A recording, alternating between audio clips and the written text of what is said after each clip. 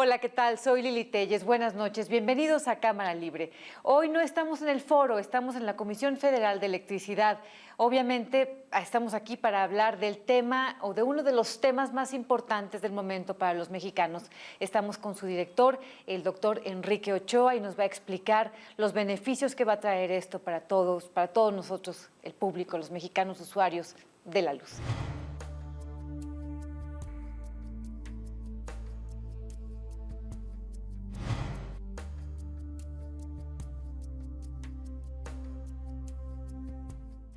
Buenas noches, bienvenido. Muchas gracias, Lili. Qué gusto estar aquí contigo y muchos saludos a todo el auditorio. Gracias. Bueno, los mexicanos tenemos una gran expectativa sobre lo que va a suceder en cuestiones de luz, por varias razones. Una de ellas, como usted lo explicó muy bien en otros programas y en otros medios, es esta promesa de que van a bajar las tarifas eléctricas. Sin embargo, últimamente se escucha que tal vez esto o no se va a dar, o va a tardar demasiado tiempo, o va a ser muy poco. ¿Qué hay de eso, doctor? Gracias, Lili. Pues esta es una gran oportunidad para explicarle al auditorio por qué pueden bajar las tarifas eléctricas y cómo lo vamos a hacer. Y permíteme empezar con lo siguiente.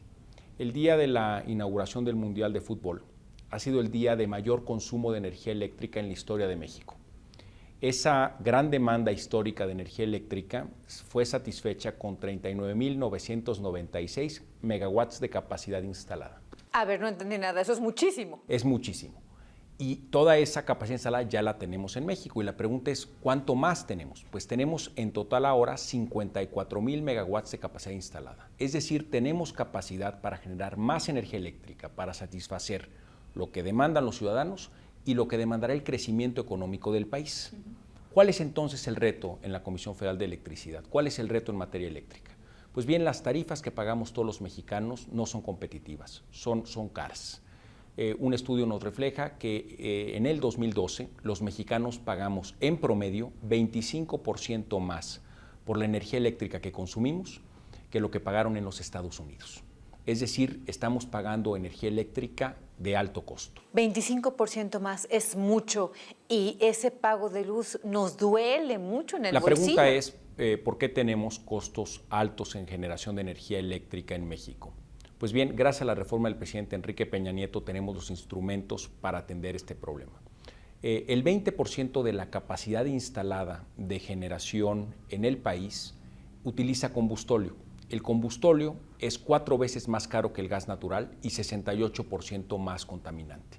Entonces, uno de los retos hacia adelante es utilizar gas natural y desplazar el combustóleo de nuestras plantas de generación de energía eléctrica. ¿En Estados Unidos utilizan gas natural? Así es. Uno de los elementos interesantes de la revolución energética en Estados Unidos, a partir del 2008 a la fecha, es la creciente producción de gas natural, que están utilizando no solo para generar energía eléctrica de bajo costo y menor impacto ambiental, sino también para la reconversión industrial que está viviendo el sur de los Estados Unidos.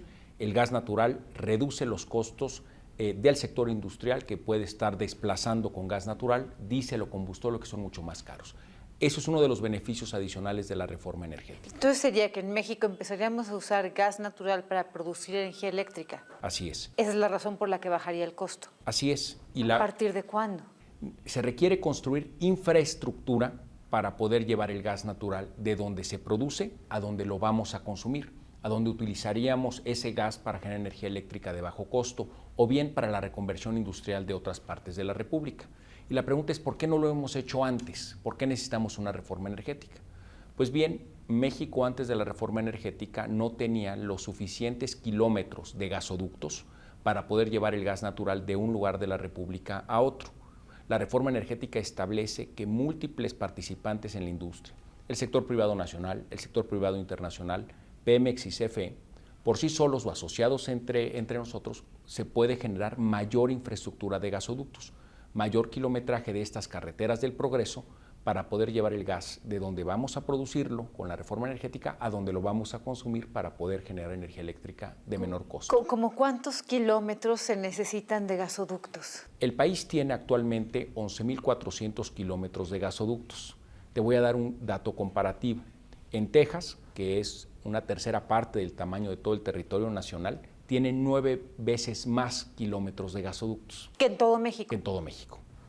Eso te refleja el reto que tenemos de construcción de infraestructura hacia adelante. Y la carencia que hay en México. Y la área de oportunidad que hemos tenido hasta ahora. Entonces tenemos que desarrollar más kilometraje de gasoductos y el presidente Enrique Peña Nieto ya ha dado instrucciones muy concretas al respecto. Se están construyendo ya kilómetros adicionales por un 35% más de lo que ya tenemos ahora establecidos. Pero no nos detendremos ahí. Gracias a la reforma energética podemos construir más kilómetros de gasoductos para llevar gas natural a regiones que nunca lo han tenido, o bien para tener mayor infraestructura para suministrarlo con calidad en regiones donde ya había suministro de gas natural. Permíteme darte un ejemplo. Los estados de Sonora y Sinaloa y algunas partes del estado de Chihuahua no han tenido suministro de gas natural porque no había habido gasoductos en esos territorios. Ahora, gracias al presidente Enrique Peña Nieto y la reforma energética, se están construyendo los gasoductos en esas regiones del país. Y lo mismo se hará en otras regiones del país donde la infraestructura no es existente, y al poder contar con esos gasoductos, entonces sí, reconvertir las plantas de combustóleo para que utilicen gas y también poder licitar plantas adicionales de ciclo combinado con una tecnología todavía más eficiente para poder generar más energía eléctrica, pero a partir del gas natural en lugar del combustóleo o del diésel. ¿Reconvertir estas plantas para que usen el gas natural es un proceso caro y difícil y largo? Es un proceso que requiere inversión, es cierto que requiere tiempo, y lo más importante, como requeremos de tiempo para poder lograr estos avances de infraestructura, tenemos que empezar de inmediato. Y esa es la instrucción muy clara del presidente Enrique Peña Nieto en cuanto a la reforma energética, que la implementación inicie de inmediato. Y todas las obras de infraestructura que se incorporaron en el Programa Nacional de Infraestructura que anunció el presidente de la República van con ese objetivo, con establecer la infraestructura que es necesaria para poder bajar los costos de generación de energía eléctrica de manera responsable y de manera atinada. Hay un elemento adicional, si me permites, Lili. Otra razón por las cuales el costo de generación, de transmisión y distribución de energía eléctrica es alto en México es porque en las redes de transmisión, las torres y cables que vemos en las carreteras, y en las redes de distribución de energía eléctrica, los postes y cables que vemos en las ciudades, se traslada la energía eléctrica de las plantas de generación a los lugares de consumo, a los comercios, a nuestros domicilios. Pues bien, en esas redes se está perdiendo actualmente el 15% de la energía eléctrica que por ahí transita. En otros países como los de la OSD, solamente se pierde el 6%. ¿Pero por qué se pierde por ahí el 15%? Por falta de mantenimiento, de falta de tecnología, por robo, por cultura del no pago, por los diablitos. Hay una serie de instrumentos que obedecen a que perdamos el 15% de nuestra energía. La reforma energética nos da nuevas herramientas para atender este problema. Nos permite establecer contratos modernos con el sector privado, tanto nacional como internacional, o bien con empresas de energía eléctrica como CFE en otras partes del mundo donde han reducido las pérdidas técnicas y no técnicas de manera considerable. Establecimos un convenio con la empresa KEPCO de Corea del Sur, que tiene tecnología de punta para reducir las pérdidas técnicas y no técnicas. La empresa KEPCO es de origen pública como lo es CFE. También estamos muy atentos a los esfuerzos que están haciendo los trabajadores de la Comisión Federal de Electricidad en las distintas divisiones del país para hacer esas reducciones y poder llevar las mejores prácticas a las otras divisiones en todo el territorio nacional. Pero es claramente un área de oportunidad para la empresa que gracias a la reforma energética podemos contar con mayor inversión, mayor tecnología y mejores prácticas internacionales para reducir las pérdidas técnicas y no técnicas en las redes, con lo cual también podemos ofrecer un servicio con menos interrupciones eléctricas, donde no fluctúe tanto el voltaje y donde en consecuencia, al brindarlo de manera más eficiente, los costos sean menores. Porque ya había habido crisis de falta de energía, ¿verdad? Es muy importante atender eso porque el criterio principal para una empresa de energía como lo es ahora la CFE es que el suministro eléctrico tenga las menores interrupciones en el sistema.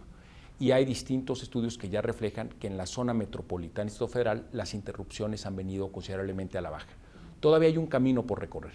La empresa está comprometida con sus usuarios para que el servicio sea de calidad y para que los precios sean competitivos. Y yo quiero aprovechar este espacio para pedirle a todas aquellas personas, usuarios del Sistema Eléctrico Nacional, que si tienen algún problema con su suministro o algún problema con su recibo de luz, se comuniquen al 071, que es un número de teléfono nacional y gratuito, o bien a través de la cuenta Twitter de la empresa, @CFEMX, o la mía, @EnriqueOchoaR, porque estamos muy interesados en brindarles un mejor servicio, atender y resolver los problemas que pudiera tener en su suministro y ofrecerles en el contexto de la reforma energética las alternativas de solución que se merecen. Ahora, los gasoductos, ¿qué tanto tiempo tardarán en construirse? La construcción de los gasoductos y la construcción de las reconversiones y de las nuevas plantas, estimamos que se debe llevar al menos 2 años, una vez aprobada la reforma energética, como ya es el caso. Y después de esos 2 años, ¿cómo en cuánto tiempo empezaremos a ver la reducción? Pensamos que al finalizar esos 2 años veríamos las reducciones y que tuviéramos los costos más competitivos en materia de energía eléctrica para el beneficio del sector industrial, comercial, doméstico, para toda la economía. Entonces, doctor, no es cierto que es un mito, no es cierto que era una mentira solo para vender esta reforma el hecho de que van a bajar las tarifas eléctricas. El hecho es que sí van a bajar. Usted da su palabra de honor con todo conocimiento sobre esto. Por supuesto, Lili. Hay razones técnicas, hay programa de inversiones, hay apertura con la reforma energética, tenemos todos los instrumentos para que los costos de energía eléctrica en el país bajen, para que las tarifas sean más competitivas y requerimos hacerlo realidad para el bien del país. Ahora, por último, es una realidad que gran parte de la población utiliza los llamados diablitos. Sé que es un problema serio para la Comisión. ¿Qué se va a hacer con esto? Esto es muy importante y es una invitación a todo el público para que construyamos juntos una cultura de pago. Todos los ciudadanos que consumen energía eléctrica y pagan por ello, también en estricto sentido de la justicia, merecen que todos los demás que consumen energía eléctrica paguen por ella. Y la responsabilidad de la empresa es hacer que estos costos de generación de energía eléctrica y la infraestructura de distribución y transmisión estén en óptimas condiciones para que el servicio sea positivo. Pero sí es necesario contar con la tecnología que nos permita identificar esas pérdidas no técnicas, los diablitos o personas que se roban la energía. La reforma energética también establece penalidades adicionales para quienes roben la energía eléctrica. ¿Va a haber nuevas penalidades para quien ponga un diablito y así se robe? El robo de energía está más penado en México a partir de la reforma energética y con razón. Las prácticas internacionales señalan que esa es una actividad que hay que cuidar. ¿Y las penas cuáles serían? Hay penas monetarias y hay algunas penas que incluyen también problemas adicionales con la justicia. Entonces se trata de poner orden. Se trata de que los consumidores tengan un servicio óptimo, con tarifas competitivas y que formemos una cultura del pago en beneficio de todos. Doctor Enrique Ochoa, le agradezco mucho que nos haya explicado con tanta claridad este tema. Lili, muchas gracias, saludos a todo el auditorio y estamos para servirles. Gracias. Y a usted le doy las buenas noches, le agradezco que nos haya acompañado aquí en Cámara Libre. Yo lo espero el próximo jueves aquí mismo y lo invito a que continúe con la programación de La Barra de Opinión aquí en Azteca 13.